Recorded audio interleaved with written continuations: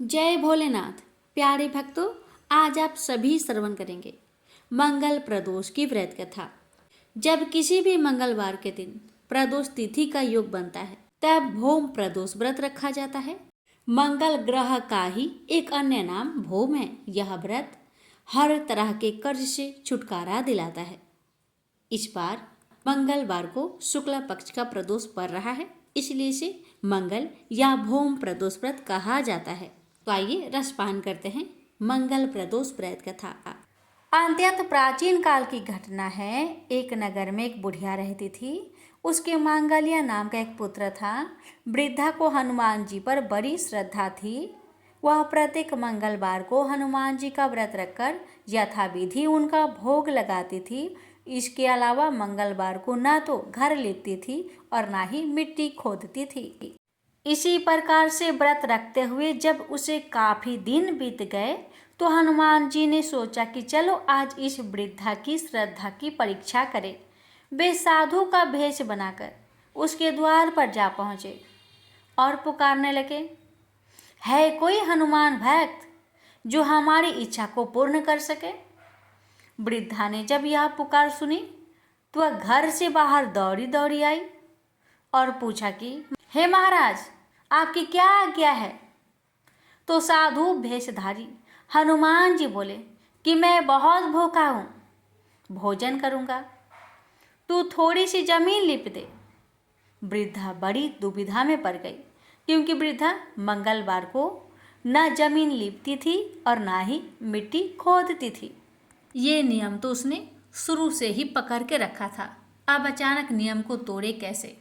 बेचारी नियम को तोड़ना नहीं चाहती थी, इसलिए वृद्धा हाथ जोड़कर प्रार्थना करने लगी कि हे महाराज, लिपने और मिट्टी खोदने के अतिरिक्त मुझे कोई और काम दे दीजिए।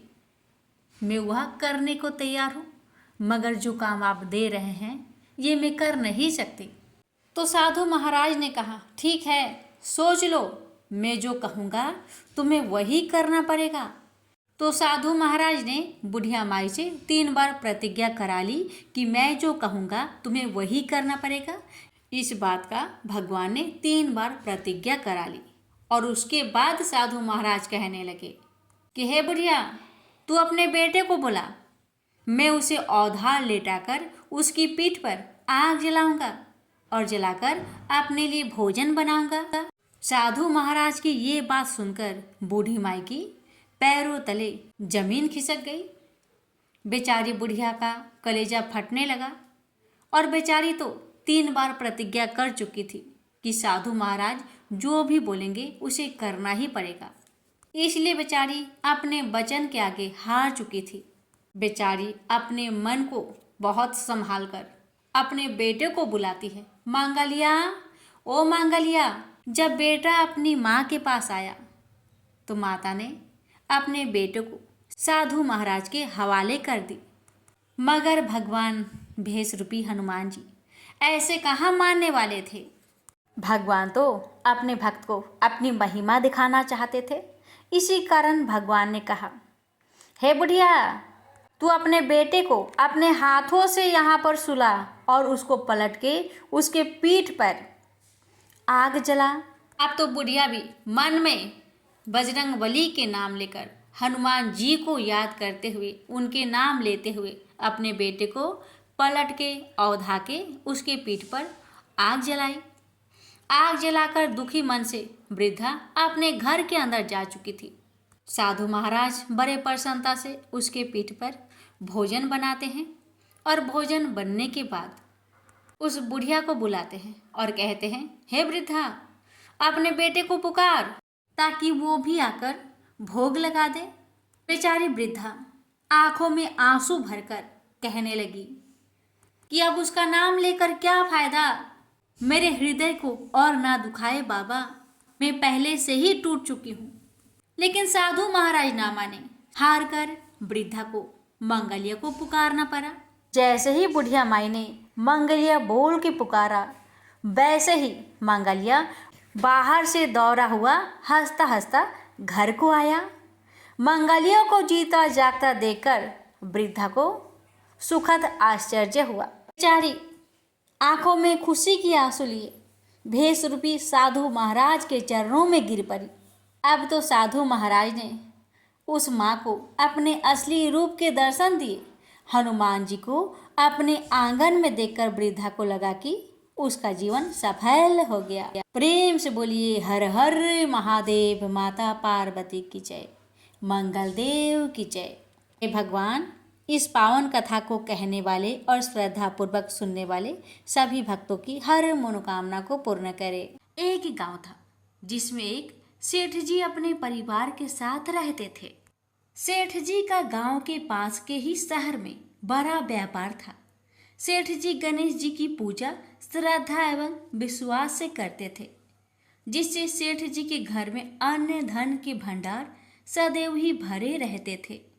उनके जीवन में किसी भी प्रकार की कोई कमी नहीं थी। नित्य प्रतिदिन नियम अनुसार रोज वो नदी पर नहाने जाते और आकर गणेश जी का पूजन करते, उन्हें भोग लगाते और फिर स्वयं भोजन करते थे। यह बात सेठानी जी को अच्छी नहीं लगती थी। वो धार्मिक नहीं थी और ईश्वर में इतना विश्वास नहीं रखती थी।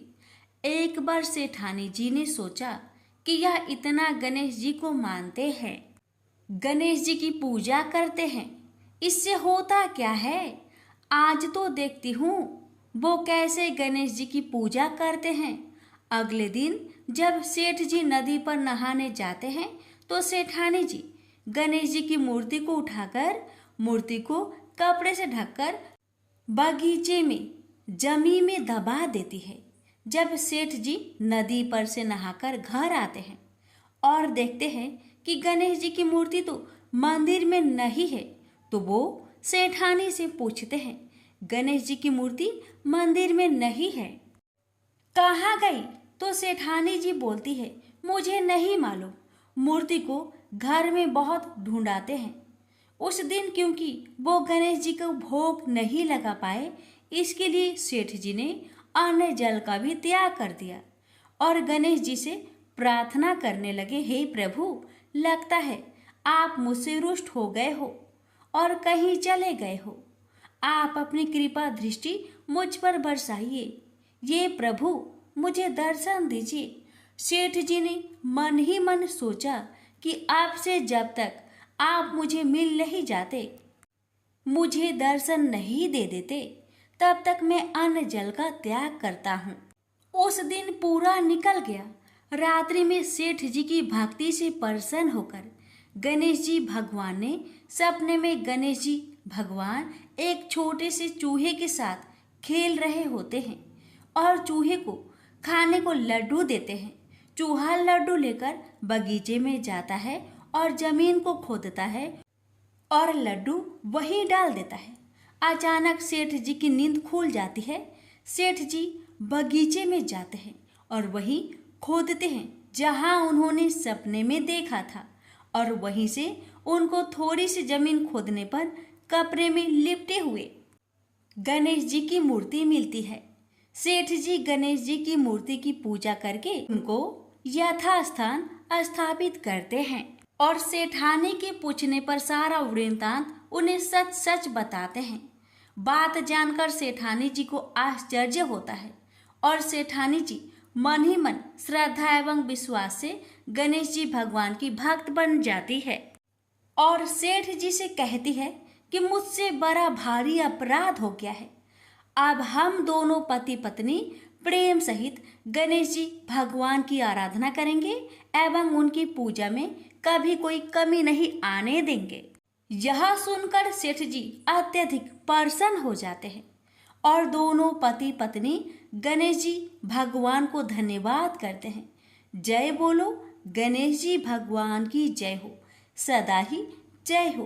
प्रभु अपनी अनुकंपा सेठ सेठानी के समान ही हम सभी पर बनाए रखना। कहानी सुनने वालों की सभी मनोकामनाएं पूर्ण करना। एक बार गणेश जी एक बहुत सुंदर गांव से गुजर रहे थे। इस गांव के खेत हरे भरे थे। सुबह का समय था। ठंडी पवन का आनंद लेते हुए गणेश जी मूषक पर सवार होकर चले जा रहे थे। इतने में वह एक खेत से गुजरे तो आनंदवश फसलों में हाथ फिरा दिया। गणेश जी के ऐसा करने से उस फसल के कुछ दाने हाथ में आ गए। अब गणेश जी को पछतावा हुआ कि उन्होंने तो चोरी कर ली। भले ही उन्होंने जानबूझकर नहीं चुराया, लेकिन अब फसल के दाने तो उनके हाथ में आ गए। गणेश जी ने गिने तो वह 12 थे। अब गणेश जी ने उस खेत के मालिक को खोजा और उन सेठ जी के यहाँ 12 साल की नौकरी पर लग गए। एक दिन सेठानी राख से हाथ धोने लगी तो गणेश जी ने सेठानी का हाथ पकड़कर मिट्टी से हाथ धुलवा दिया। सेठानी ने सेठ जी से शिकायत की और कहा कि देखो, नौकर ने मेरा हाथ पकड़ लिया। सेठ जी ने गणेश को बुलाकर पूछा कि तुमने सेठानी का हाथ क्यों पकड़ा? गणेश जी ने बोला कि मैंने तो बस ये कह रहा था कि राख से हाथ धोने से घर की लक्ष्मी नाराज होकर घर से चली जाती है और मिट्टी से हाथ धोने से आती है। सेठ जी ने सोचा कि गणेश ठीक कह रहा है। थोड़ी दिनों बाद कुंभ का मेला आया। सेठ जी ने कहा, गणेश, सेठानी को कुंभ के मेले में स्नान करा कर ले आओ। सेठानी किनारे पर बैठकर नहा रही थी तो गणेश जी उनका हाथ पकड़कर आगे डुबकी लगवा लाए। घर आकर सेठानी ने सेठ से कहा कि गणेश ने तो मेरी इज्जत ही नहीं रखी और इतने सारे आदमियों के बीच में मुझे घसीटकर आगे पानी में ले गए। तब सेठ जी ने गणेश जी से पूछा कि ऐसा क्यों किया? तो गणेश जी ने कहा कि सेठानी किनारे बैठकर गंदे पानी से नहा रही थी तो मैं आगे अच्छे पानी में डुबकी लगवा कर ले आया। इससे अगले जन्म में बहुत बड़े राजा और राजपाट मिलेगा। सेठ जी ने सोचा कि गणेश ठीक कह रहा है। एक दिन घर में पूजा पाठ हो रही थी, हवन हो रहा था। सेठ जी ने गणेश को कहा कि जाओ सेठानी को बुलाकर ले आओ। गणेश सेठानी को बुलाने गए तो सेठानी काली चुनरी ओढ़कर चलने लगी तो गणेश जी ने काली चुनरी फाड़ दी और कहा कि लाल चुनरी ओढ़ के चलो। सेठानी नाराज होकर सो गई। सेठ जी ने आकर पूछा, क्या बात है? तो सेठानी बोली कि गणेश ने मेरी चुनरी फाड़ दी। सेठ जी ने गणेश को बुलाकर बहुत डांटा तो गणेश जी ने कहा, पूजा पाठ में काला वस्त्र नहीं पहनते हैं, इसलिए मैंने लाल वस्त्र के लिए कहा। काला वस्त्र पहनने से कोई भी शुभ काम सफल नहीं होता है। फिर सेठ जी ने सोचा कि गणेश है तो समझदार। एक दिन सेठ जी पूजा करने लगे तो पंडित जी ने बोला कि वो गणेश जी की मूर्ति लाना भूल गए, अब क्या करें? तो गणेश जी ने बोला कि मेरे को ही मूर्ति बनाकर विराजमान कर लो, आपके सारे काम सफल हो जाएंगे। यह बात सुनकर सेठ जी को भी बहुत गुस्सा आया और वे बोले कि तुम तो अब तक सेठानी से ही मजाक करते थे, मेरे से भी करने लगे। तो गणेश जी ने कहा, मैं मजाक नहीं कर रहा हूँ, मैं सच बात कह रहा हूँ। इतने में ही गणेश जी ने गणेश जी का रूप धारण कर लिया और सेठ और सेठानी ने ही गणेश जी की पूजा की। पूजा खत्म होते ही गणेश जी अंतर ध्यान हो गए। सेठ सेठानी को बहुत धोखा हुआ और उन्होंने कहा कि हमारे पास तो गणेश जी रहते थे और हमने उनसे इतना काम करवाया। तो गणेश जी ने सपने में आकर सेठ जी को कहा कि आपके खेत में से मैंने 12 अनाज के दाने तोड़ लिए थे, उसी का दोष उतारने के लिए मैंने आपके यहाँ काम किया था। सेठ जी की करोड़ों की माया हो गई। हे गणेश जी महाराज, जैसा सेठानी को दिया वैसा सबको देना, कहते को, सुनते को और सारे परिवार को दे देना। जय श्री गणेश जी।